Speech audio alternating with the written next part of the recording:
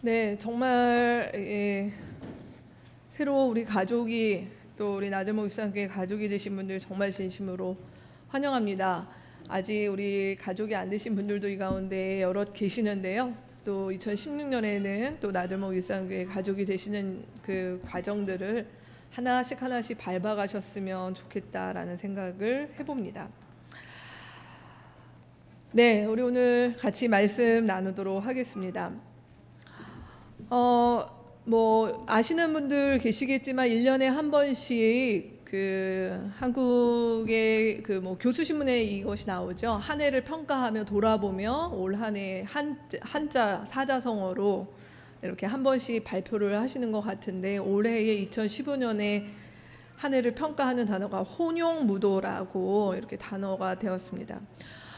저도 이번에 처음 듣게 된 이 한자인데요. 이 한자의 뜻이 뭐냐면 너무 어지럽고 혼란스러워서 무도, 길이 안 보인다, 길이 없는 것 같다라고 하는 뜻이 이 뜻이라고 합니다.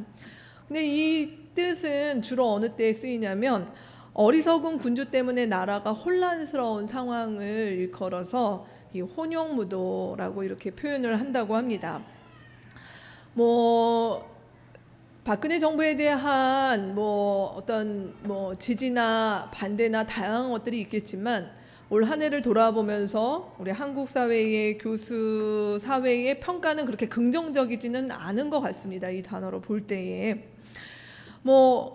우리는 사실 한국 사회에 워낙 다채롭고 변화무쌍한 사회다 보니까 우리는 사실 주변의 많은 일들을 보면서 누가 됐든 어느 집단이 됐든 사실 좋은 면을 이야기하기보다는 부정적이고 비판하고 싶고 하는 부분들이 참 우리 가운데 익숙한 것 같은데요. 이렇게 우리가 한 해를 마무리하면서 우리의 주변, 이 나라, 정치권 이런 것에 대해서 우리가 얘기를 하는 것은 참 쉬울 수 있겠는데, 여러분 이번 시간에는 한번 제가 시간을 한번 1분 정도 드려볼게요. 여러분의 2015년, 나의 2015년은 뭐로 표현할 수 있을까? 나는 2015년 속에 어떤 사람으로 나는 살았다. 나의 2015년을 사자성어도 좋고 어떠한 단어도 좋겠습니다. 여러분의 설교안에 보시면은 이렇게 적으실 수 있는 난이 있는데, 거기 한번 적어 보시겠습니까? 주변이 아니라 나에 대해서요. 나의 2015년은 어떠했다 라고 하는 것들을 한번 적어 보시죠.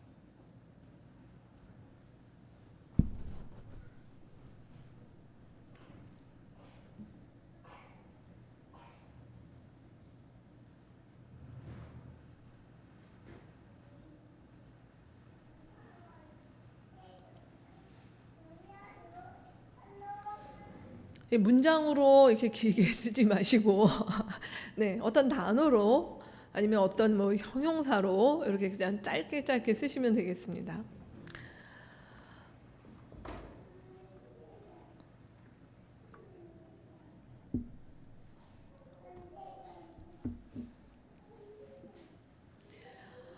네, 적으셨습니까? 네. 자, 내가 적은 것을 나만 알기 너무 아까우시죠? 네, 우리 영 옆에 계신 한 두세 분과 함께 한번 좀 나눠보겠습니다. 네, 나의 2015년은 이러했습니다. 한번 나눠보시죠. 네, 주변에 계신 분들, 네, 제가 이미 익숙하게 알고 있는 분들 말고 한 세 분 정도 함께 한번 나눠보셨으면 좋겠어요. 옆에 계신 분들 조금 옆에 사람이 없다 좀 찾아보셔서 같이 나의 15년은 어떠했다. 네.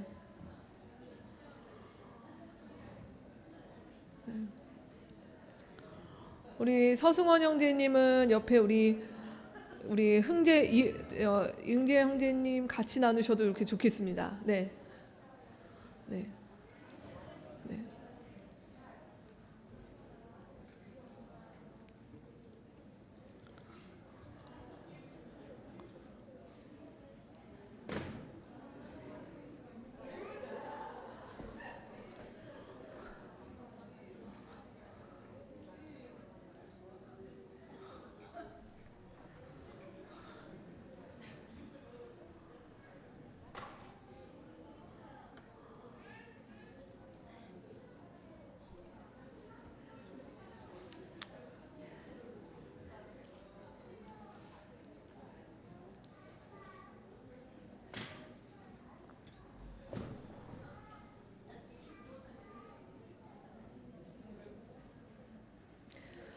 네, 나누셨습니까? 네. 이렇게 좀 몇 분 이렇게 좀 웃으시는 분들도 계시는데 뭐 이렇게 좀 재미있는 게 나오셨나요? 네. 뭐 이렇게 몇 개 얘기해 주셔도 좋을 것 같은데, 나의 2015년 어땠다. 누구라고 얘기 안 하셔도 좋습니다. 뭐가 나왔나요? 네. 뭐 저에게 좀 알려주실 거 없으세요? 뭐 나온 뭐 없으세요? 비밀이신가요? 네, 알겠습니다. 네. 네, 어떤 것들이 나올지 참 궁금한데, 올 한 해를 돌아보면서 우리 사회의 여러 평가들도 있지만, 이렇게 우리가 좀 자신을 돌아보는 시간들은 짧게라도 가시는 것이 참 의미가 있는 것 같습니다. 드디어 이번 주가 이제 2015년이 우리 목요일날 송구영신 예배를 마치고 나면 2015년이 다시는 안 돌아올 2015년으로 이제 지나가고 새롭게 시작되는 2016년이 이렇게 다가오게 됩니다. 저만 그런 것인지 모르겠지만 사실 조금씩 나이 들어가면서 사실 새해라고 하는 것이 그렇게 큰 감흥은 없는 것 같아요. 뭐 오늘이 2015년이면 내일이 2016년인 것이지, 뭐 이렇게 막 새해가 왔다 뭐 이렇게 어렸을 때는 뭐 이렇게 좀 나이가 들고 뭐 떡국을 먹고, 저 초등학교 때는 빨리 20살이 됐으면 좋겠다, 이게 제 초등학교 때 소원 중에 하나였는데, 그런 것들이 별로 없이 그냥 또 한 해가 갔구나, 뭐 하나 이렇게 시간이 빨리 흘렀지, 뭐 이런 생각하면서 그렇게 보내게 되는 것 같습니다. 성경은 우리 가운데, 우리 성경에서의 시간은 사실 우리에게 이렇게 새해, 새날 이런 부분에 대한 이야기들보다는 우리가 성경에서 보는 시간의 큰 아주 중요한 관점 중에 하나는 종말이라고 하는 시간입니다. 종말. 우리 우리 교회에서는 몇 번 말씀을 드렸는데, 종말은 이 세상이 망하고 주님이 오시는 그 날이 종말이 아닙니다. 종말은 기간입니다. 종말은 예수께서 이 땅에 오심부터 예수께서 이 땅에 다시 오시는 그 기간 전체가 종말입니다. 성경이 말하고 있는 종말은. 그래서 이 자리에 계신 저를 포함한 우리 모두는 종말의 어느 한때에 우리는 이 땅에 태어났고, 또 종말의 어느 한때에 사실은 우리는 이 세상과 작별을 고하게 될 것이고요. 또 모르겠습니다. 우리 가운데 살아서 주님의 오심을 맞게 되는 사람도 이 가운데 있을 수도 있을 것입니다. 여하튼 성경에서는 우리는 지금 종말을 살아가고 있다라고 이야기하고 있는 것이죠. 그렇다면 사실 이 종말 속에서 한 해가 가고 새해가 오고, 또 한 해가 가고 새해가 오고 새날이 오고 하는 것들보다, 사실은 우리는 이 종말 전체를 어떻게 살아야 되는가라고 하는 부분들을 매년 우리가 그 부분들을 주의하면서 살아가는 것이 더 지혜롭지 않을까라는 생각을 해보게 됩니다. 오늘 우리에게 주시는 말씀은 베드로후서 3장 3절에서 13절까지의 말씀인데요. 우리가 이 베드로후서 3장의 말씀들을 이번 한 해를 마무리하고 새해를 시작하는 이때에 세 가지의 좀 기도로 우리가 좀 종말을 맞이하고 이 종말을 보내는 기도로 삼았으면 좋겠어서 오늘 이 말씀을 여러분과 같이 나누고자 합니다. 우리 3절에서 13절 말씀 같이 한 목소리로 먼저 읽도록 하겠습니다. 여러분이 무엇보다 먼저 알아야 할 것은 이것입니다. 마지막 때에 조롱하는 자들이 나타나서 자기들의 욕망대로 살면서 여러분을 조롱하여 이렇게 말할 것입니다. 그리스도가 다시 오신다는 약속은 어디 갔느냐? 조상들이 잠든 이래로 만물은 창조 때부터 그러하였듯이 그냥 그대로다. 그들이 이렇게 말하는 것은 하나님의 말씀으로 하늘이 오래 옛날부터 있었고 땅이 물에서 나와 물을 말미암아 형성되었다는 것과, 또 물론 그때 세계가 홍수에 잠겨 망하여 버렸다는 사실을 그들이 일부러 무시하기 때문입니다. 그러나 지금 있는 하늘과 땅도 불사르기 위하여 그 동일한 말씀으로 보존되고 있으며, 경건하지 못한 자들이 심판을 받아 멸망을 당할 날까지 유지됩니다. 사랑하는 여러분, 이 한 가지만은 잊지 마십시오. 주님께는 하루가 1000년 같고 1000년이 하루 같습니다. 어떤 이들이 생각하는 것과 같이 주님께서는 약속을 더디 지키시는 것이 아닙니다. 도리어 여러분을 위하여 오래 참으시는 것입니다. 하나님께서는 아무도 멸망하지 않고 모두 회개하는 데에 이르기를 바라십니다. 그러나 주님의 날은 도둑같이 올 것입니다.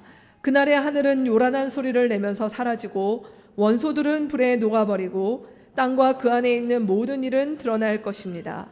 이렇게 모든 것이 녹아버릴 터인데 여러분은 어떠한 사람이 되어야 하겠습니까? 여러분은 거룩한 행실과 경건한 삶 속에서 하나님의 날이 오기를 기다리고 그날을 앞당기도록 하여야 하지 않겠습니까?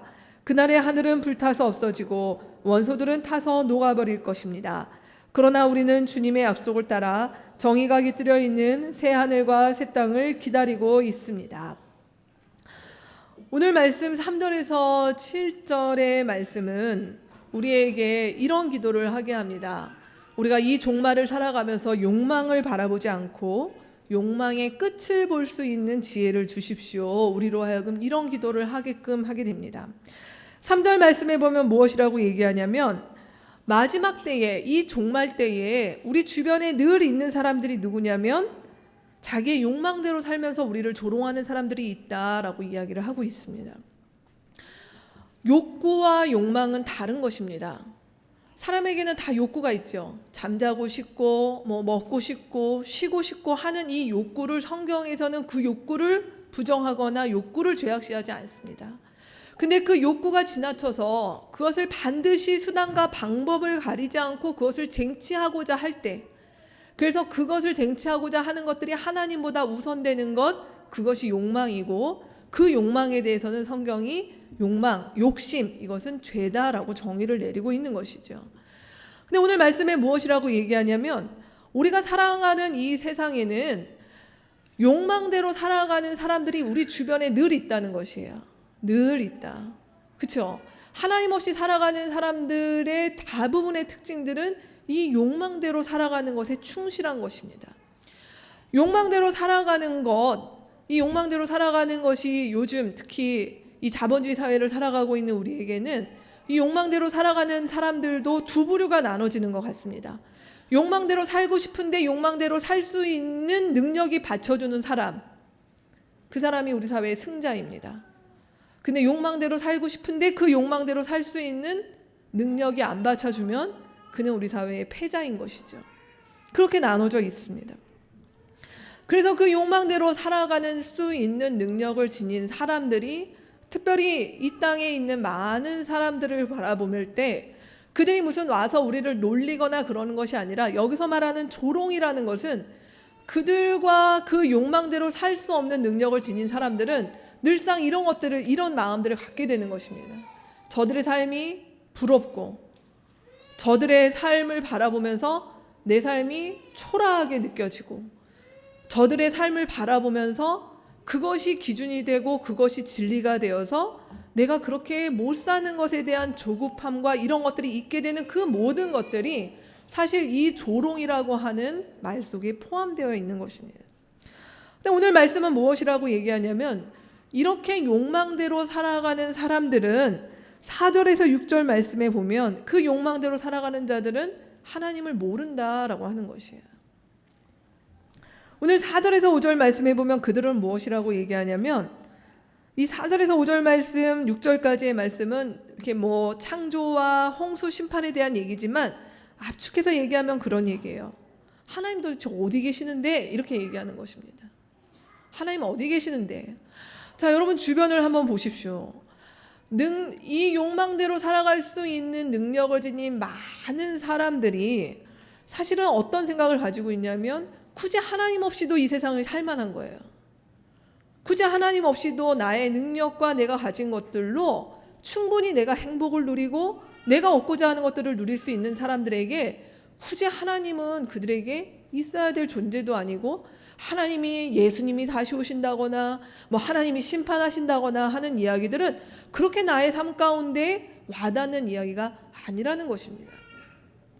근데 반면에 이렇게 능력대로 자기 욕망대로 살기를 원하지만 그 능력이 없는 사람들, 소위 우리 사회에 어떻게 보면 패자라고 얘기할 수 있는 사람들의 마음 가운데는 어쩌면 이런 마음도 있을 수 있는 것이죠.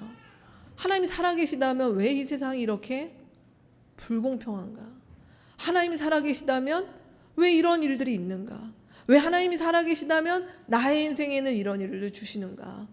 라고 하는 것들 속에 있게 될 때 그들 역시 어떤 생각을 하게 되냐면 하나님 계시지 않는 것 같다라고 얘기하는 것입니다.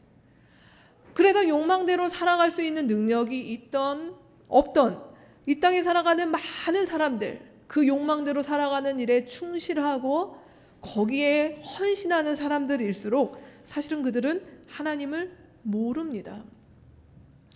근데 오늘 7절 말씀에 무엇이라고 얘기하냐면 그러나 그 모든 자들에게, 그렇게 욕망대로 살아가는 자들에게 무엇이 기다리고 있는가? 심판이 기다리고 있다라고 성경은 이야기하고 있습니다. 오늘 7절 말씀에서 그 욕망대로 살아가는 자들을 그대로 받는 말이 뭐냐면 경건하지 못한 자들이다라고 하는 단어가 바로 앞에 있는 욕망대로 살아가는 자들을 받는 말입니다. 경건, 성경에서 말하고 있는, 말씀에서 말하고 있는 경건이라는 것이 뭘까요? 여러분, 교회에서 저분은 참 경건하시다, 우리 문목자님은 참 경건하십니다 라고 얘기를 할 때 여러분의 머릿속에 가지게 되는 어떤 이 정의는 무엇입니까? 네, 왠지 그분은 이렇게 한쪽에 성경책을 이렇게 딱 끼고 근엄한 표정과 절대 뭐라고 할까요? 이 막 거룩함의 아우라가 막 뿜어져 나오는 그런 부분들이 경건이라고 보십니까? 성경에서 말하고 있는 경건의 가장 핵심은 무엇이냐면 하나님을 경외하는 것입니다. 즉 하나님을 나의 삶의 주인으로 모시는 것, 하나님이 나와 이 세상의 주인이시오, 그분이 이 모든 것들의 창조주시오, 그분이 이 모든 것들에 보이지 않는 모든 것들을 움직이시는 그분만이 하나님이시다라고 하는 그 고백이 나오는 데서부터 우리 안에 경건이 자라기 시작하는 것입니다.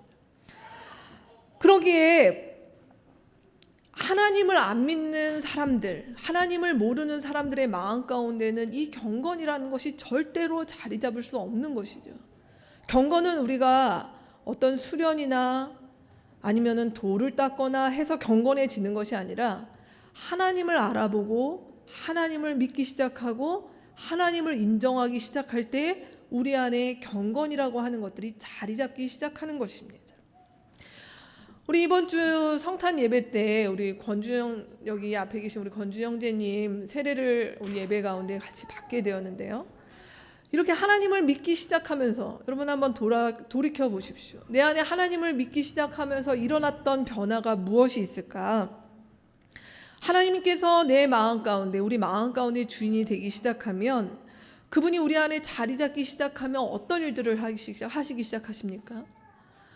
내가 이 세상 방식으로 살아갔던 것들, 내가 욕망에 충실하면서 살아갔던 것들을 하나님이 내 안에 자리 잡기 시작하시면서 그 일들을 조금씩 밀어내기를 시작하십니다.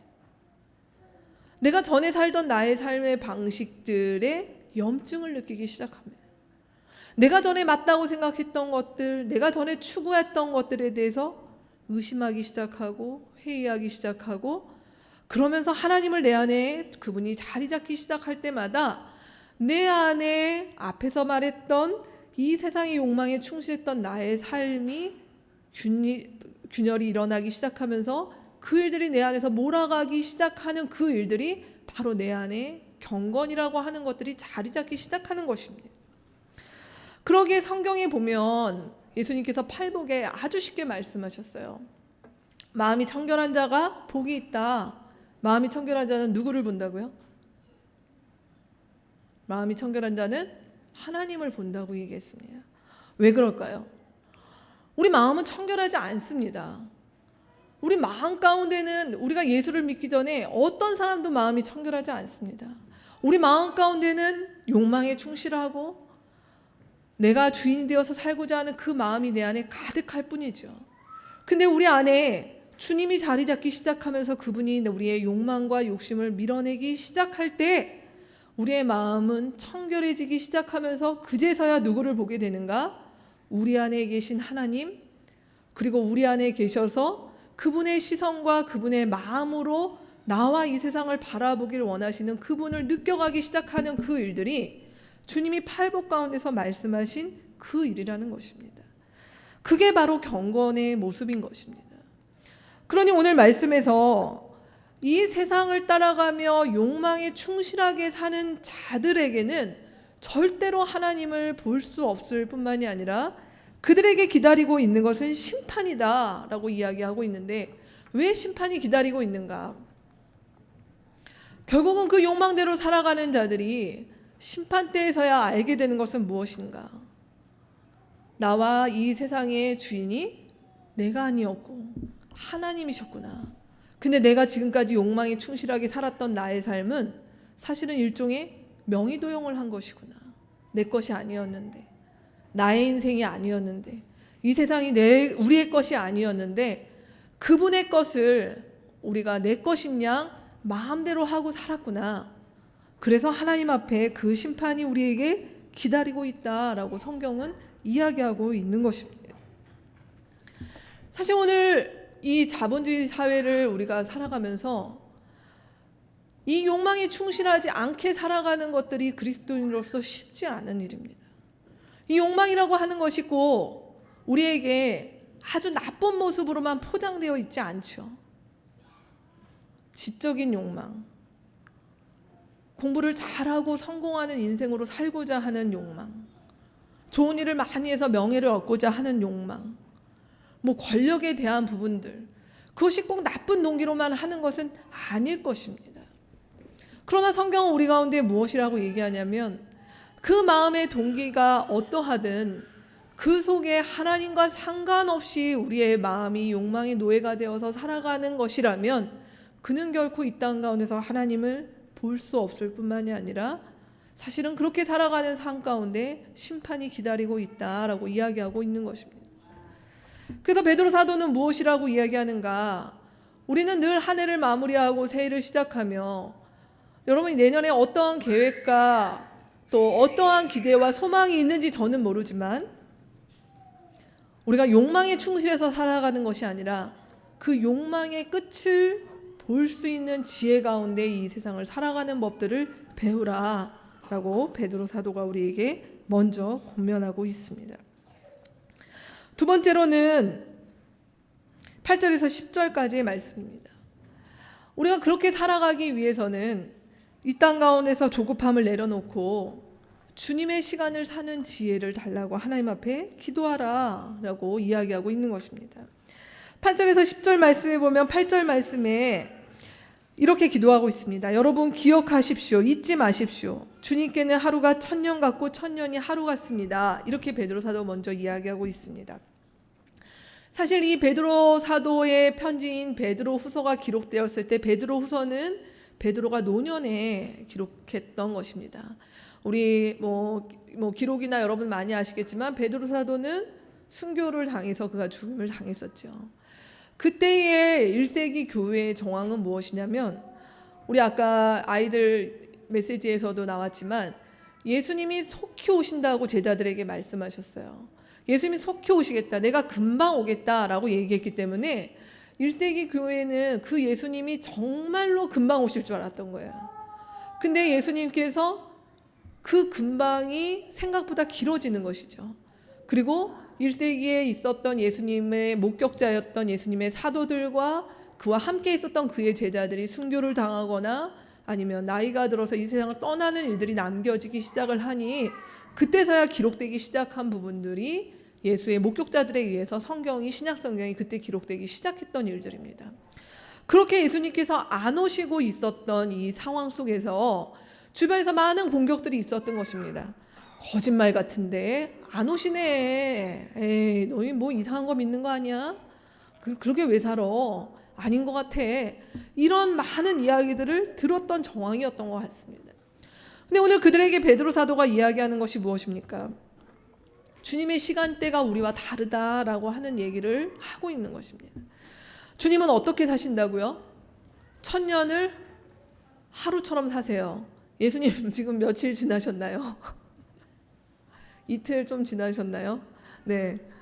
그러니까 예수님은 금세 오시기로 하셨으니까 한 3일 되셔야 오시려나? 잘 모르겠습니다.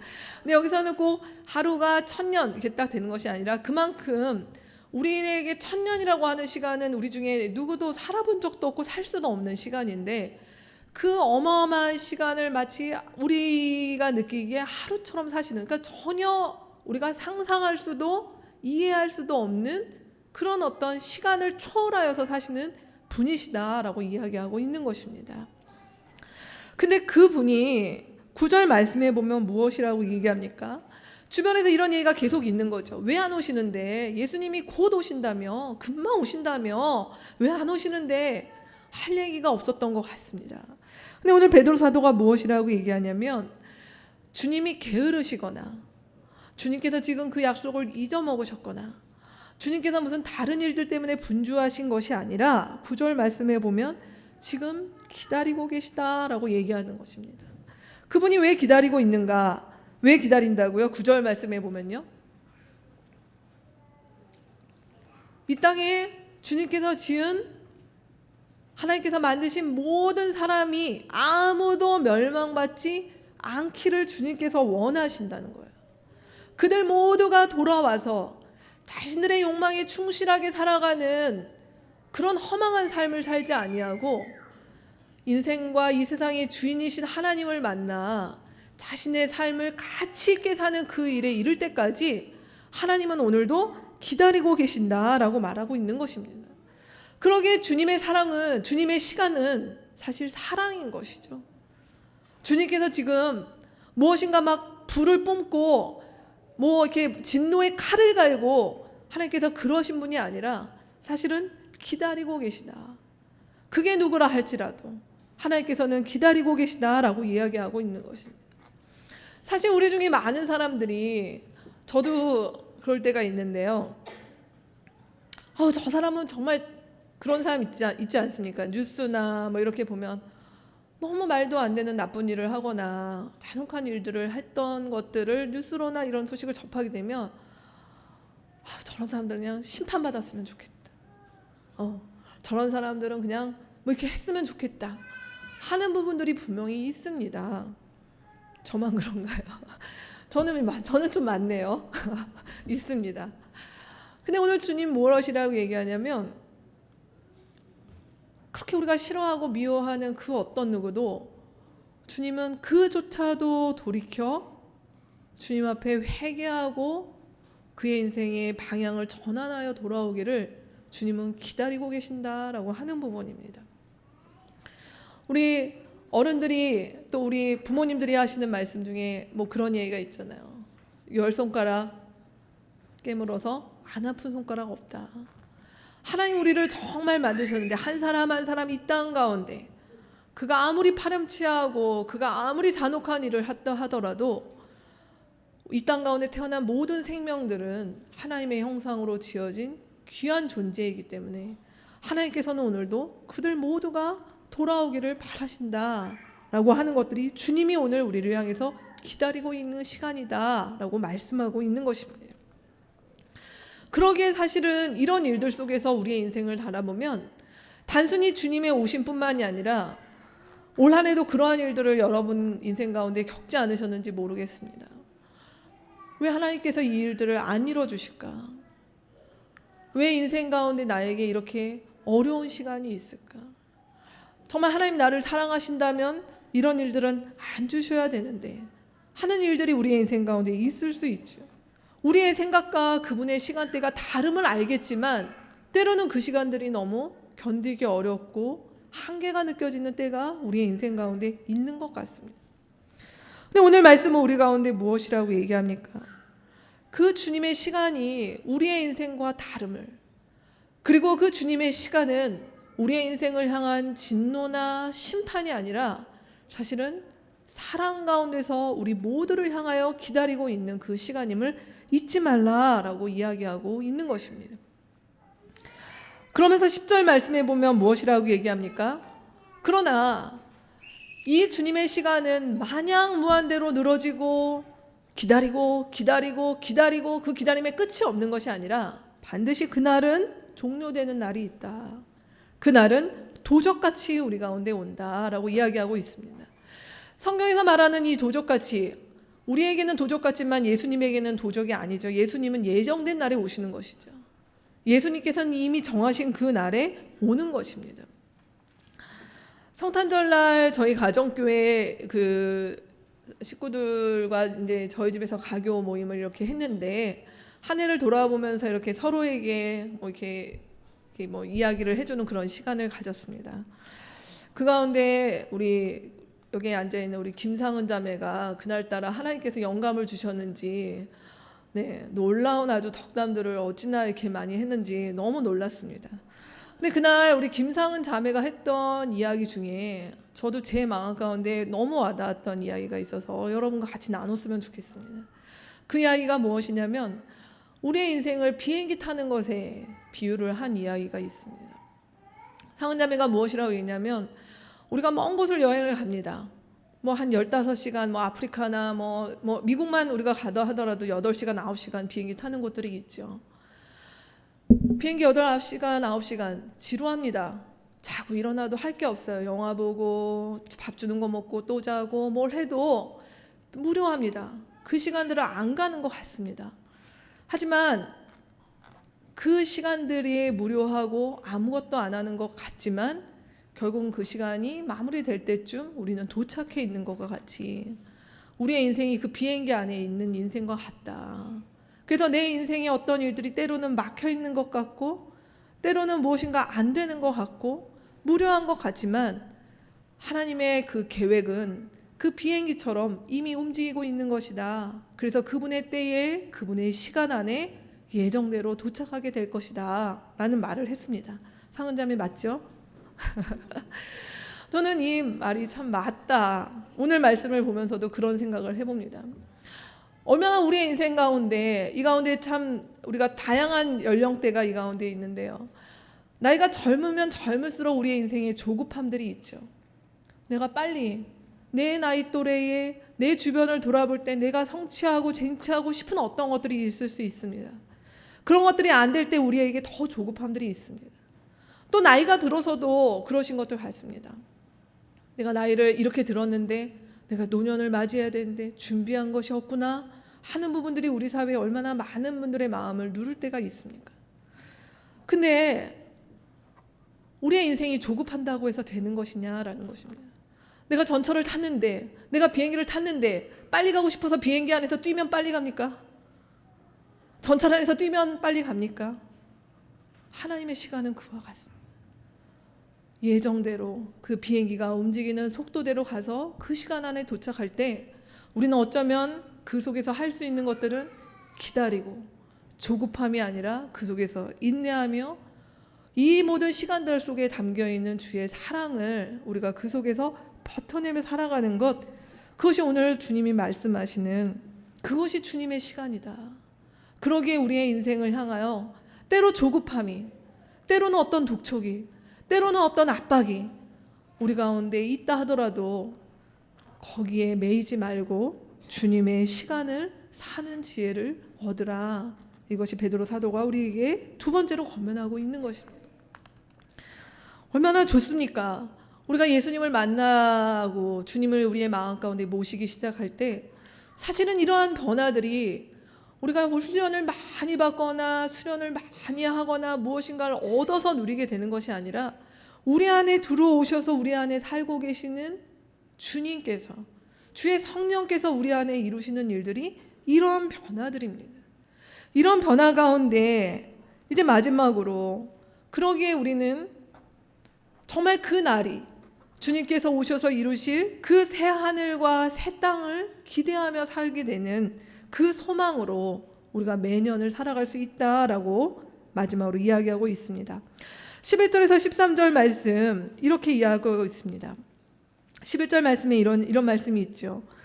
이렇게 모든 것이 녹아버릴 터인데, 이렇게 모든 것이 녹아버릴 때 10절 말씀에 나와 있는 부분을 받고 있습니다. 주님께서 오시는 그날에 어떤 일들이 있는가? 그날에는 하늘도 사라지고 땅에 있는 모든 것도 사라진다라고 이야기하고 있습니다.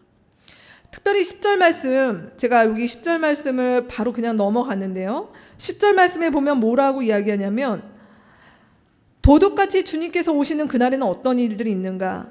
하늘이 소리를 내면서 사라진다고 이야기합니다. 여기에 있는 하늘은 많은 학자들이 실제 하늘로 봅니다. 그러니까 어떤 일이 있는지 모르겠어요. 이 하늘이 사라진다. 그리고 땅에 있는 모든 것도 사라집니다.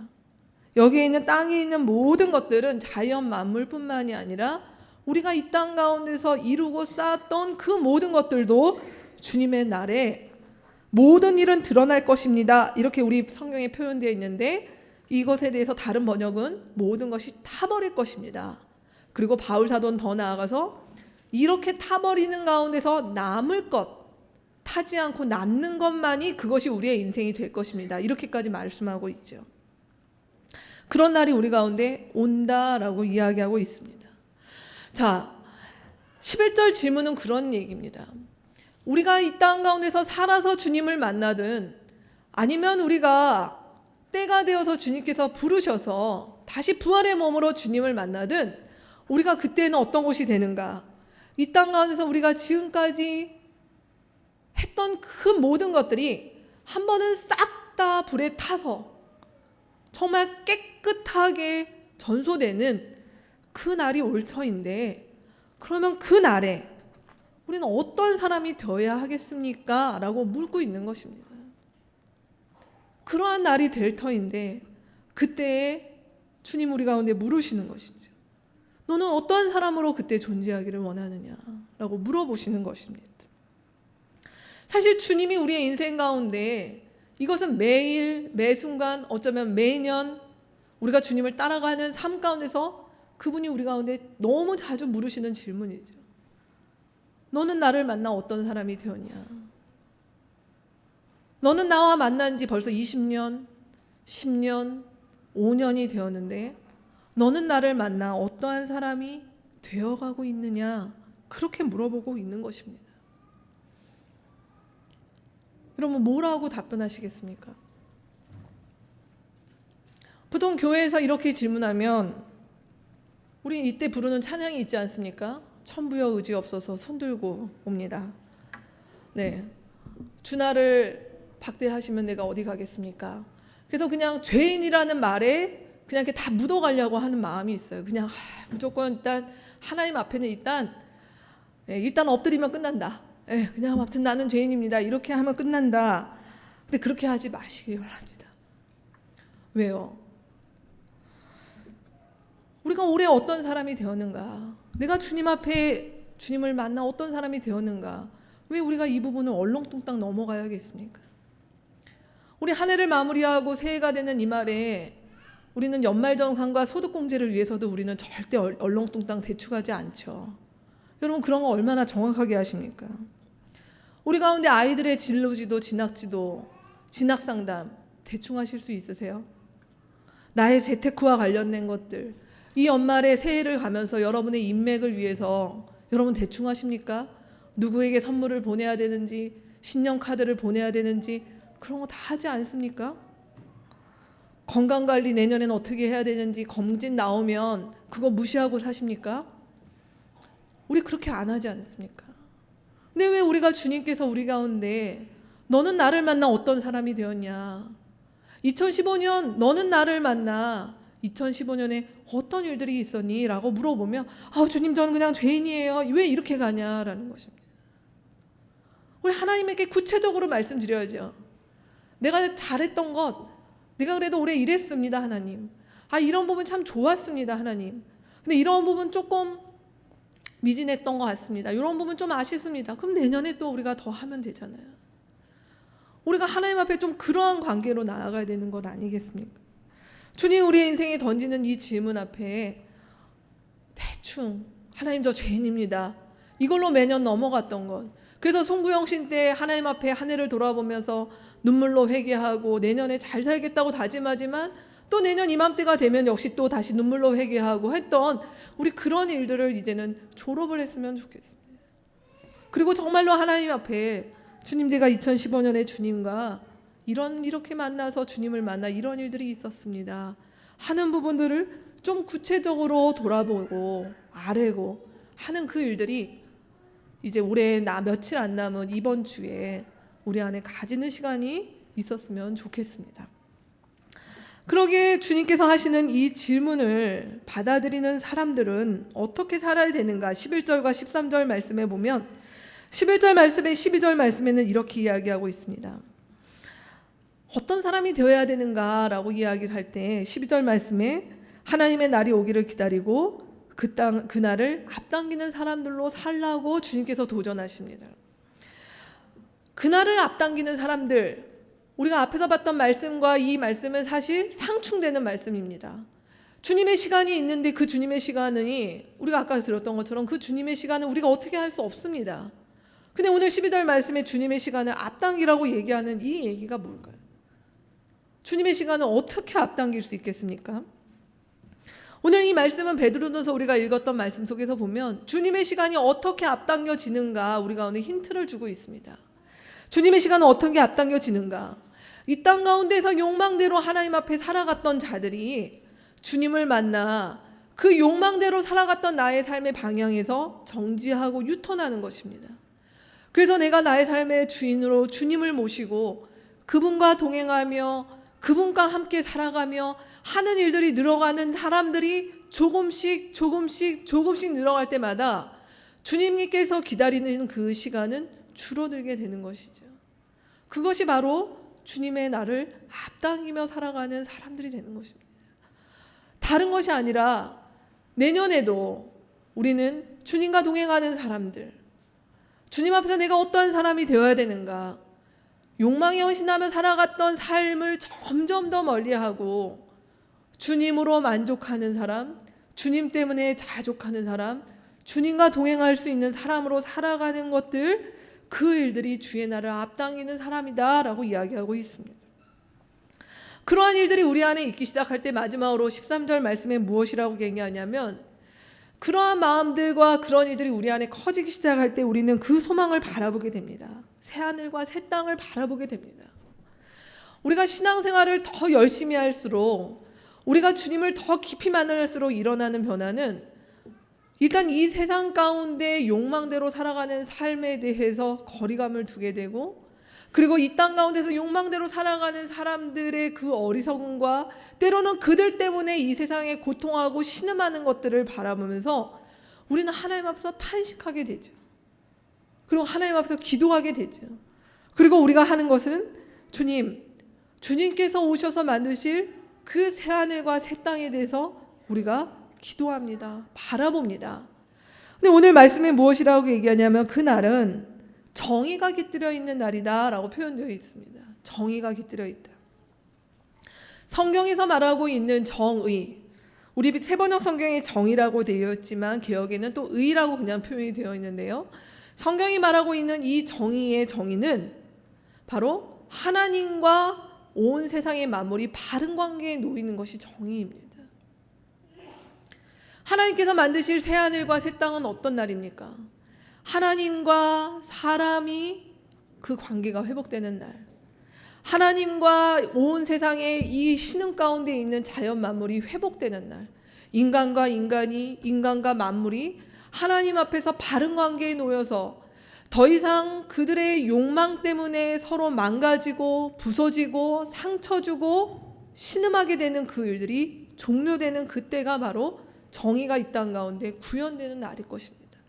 그리고 그 날에 그 정의가 깃든 새 하늘과 새 땅을 우리 가운데 주시겠다고 주님이 약속하셨습니다. 그러기에 우리는 새해를 맞이하면서 사실 다른 소망이 있는 것이 아니라 올해보다 내년이 주님께서 오셔서 이루실 이 정의가 깃든 새 하늘과 새 땅에 대한 소망이 더 커지는 한 해가 우리 가운데 되었으면 좋겠습니다. 주님이 우리 가운데 그 일들을 주실 것들을 더 기대하며 바라보는 일들이 있었으면 좋겠습니다. 말씀을 맺죠. 오늘 말씀은 우리 가운데 베드로전후서 3장 11절의 말씀을 이번 한 주 여러분 묵상하셨으면 좋겠습니다. 2016년 주님이 우리 가운데 물으십니다. 어떠한 사람이 되어야 하겠습니까? 우리 주님이 우리 가운데 물으십니다. 내년 전망은 저도 뉴스나 이렇게 보게 되면요, 하나도 밝은 것이 없어 보입니다. 경제나 어디를 돌아보아도 내년 전망이 하나도 밝은 것이 없습니다. 내년에도 우리 삶은 아마 더 퍽퍽할 것 같고, 올해도 많은 끔찍한 일들이 있었지만 내년에도 또 우리가 알지 못하는 어떤 일들이 사실 우리를 두렵게 하고 어렵게 하는 일들이 분명히 내년에도 있을 것입니다. 근데 주님 우리 가운데 물어보십니다. 그러한 세상 가운데서 그렇다면 우리는 우리의 안전과 나와 나의 가정의 안위와 행복과 그 일들을 위해서 우리의 욕망을 적절하게 포장해 가며 그 욕망에 힘을 실어주는 것으로 주님을 믿는 방식으로 살 것인가? 아니면 그것이 아니라 욕망의 노예가 되지 말고 우리 안에 계신 하나님과 더불어 이 종말의 때를 주님을 의지하며 주께서 보여주시는 그 마음과 그 세상으로 우리가 바라보며 이 땅을 살아갈 것인가? 주님께서 우리 가운데 물어보십니다. 여러분, 2016년 저를 포함해서 우리는 어떤 사람이 되어야겠습니까? 이 질문에 우리가 하나님, 오늘에 드렸던 우리의 세 가지 기도가 여러분의 2016년의 기도가 되었으면 좋겠습니다. 여러분, 하나씩 한번 우리 같이 기도로 한번 따라해 볼까요? 욕망이 아닌 욕망의 끝을 보게 하소서. 조급함을 내려놓고 주님의 시간을 살게 하소서. 새 하늘과 새 땅을 기다리는 사람으로 살게 하소서. 아멘. 이러한 2016년이 우리 공동체 모든 분들의 새해가 되셨으면 좋겠습니다. 여러분의 설교 안에 2016년을 바라보며 드리는 나의 기도를 이렇게 적으실 수 있는 지면이 있습니다. 여러분, 여기에 오늘 말씀을 또 들으시면서 또 새해를 바라보시면서 주님께 올려드리는 나의 기도를 적으시고요. 이어서 우리가 성찬 가운데 들어가도록 하겠습니다.